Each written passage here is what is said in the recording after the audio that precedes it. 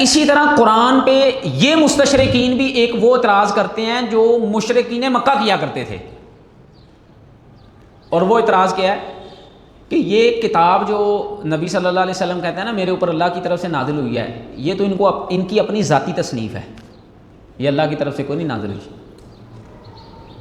یہ آج بھی مستشرقین یہی اعتراض کرتے ہیں۔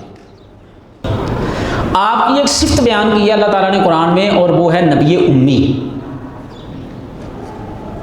نبی امی ہونا۔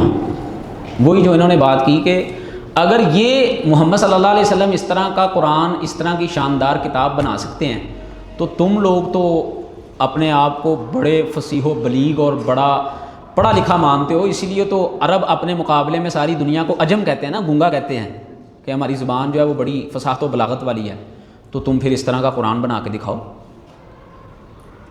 ٹھیک ہے، اچھا یہاں پہ نا ہم ایک سوال اٹھا کے اس کا جواب دینے کی کوشش کرتے ہیں، وہ یہ ہے کہ جی دیکھیں ہمارے پاس دو آپشن ہو سکتے ہیں قرآن کے متعلق، کہ یا تو یہ کلام الہی ہے یا یہ محمد صلی اللہ علیہ وسلم نے خود بنایا ہے۔ ٹھیک ہے، اگر ہم یہ مان لیں کہ یہ محمد صلی اللہ علیہ وسلم نے خود بنایا ہے، تو سوال پیدا ہوتا ہے کہ مدعی نبوت انسان اگر اتنی باکمال کتاب خود لکھ سکتا ہے، اتنی باکمال کتاب اگر وہ خود لکھ سکتا ہے، تو وہ اس میں کہہ نہ دیتا ہے کہ یہ میری کتاب ہے۔ یعنی دیکھیں آپ میں سے ایک بندے میں کوئی کوالٹی ہو اور وہ کام کرے، تو کیا وہ لوگوں کو بتائے گا نہیں یہ میں نے خود کیا ہے؟ بتائے گا۔ جبکہ قرآن میں یہ کہیں بھی بات نہیں ہے، بلکہ قرآن میں کیا آتا ہے؟ تنزیل من رب العالمین۔ ٹھیک ہے، اور پھر وہی بات کہ قرآن نے چیلنج پیش کیا کہ اس جیسی کتاب تم لا کے دکھا دو۔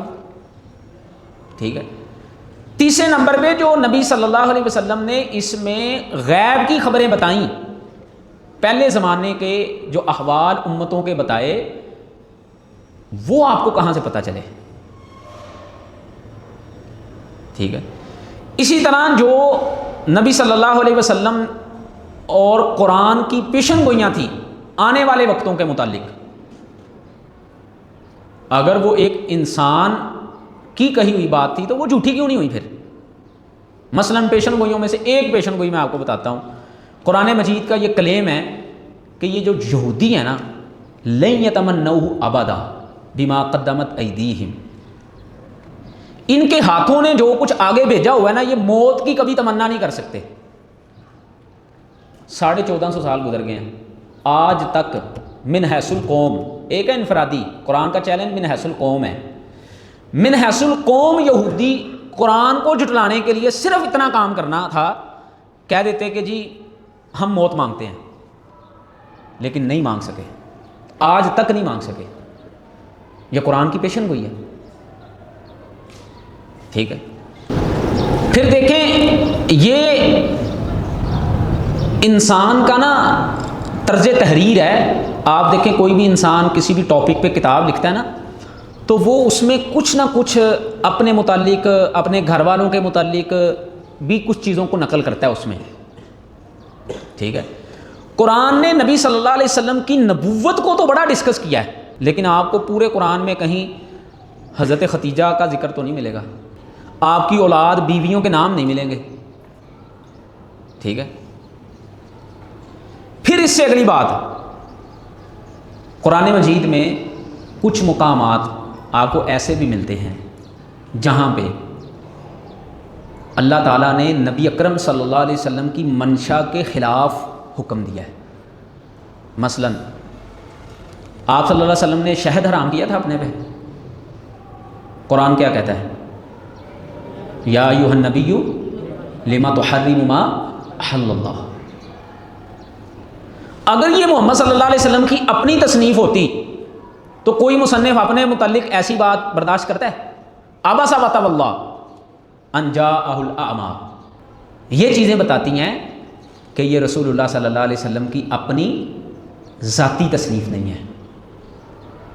ٹھیک ہے،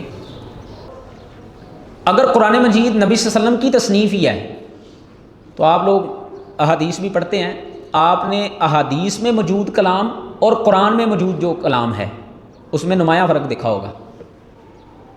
یعنی احادیث کا جو ایک طرز کلام ہے، اسلوب تحریر ہے، وہ بالکل اور ہے، اور قرآن جو ہے اس کا بالکل اور ہے. الحسن اسلامک سینٹر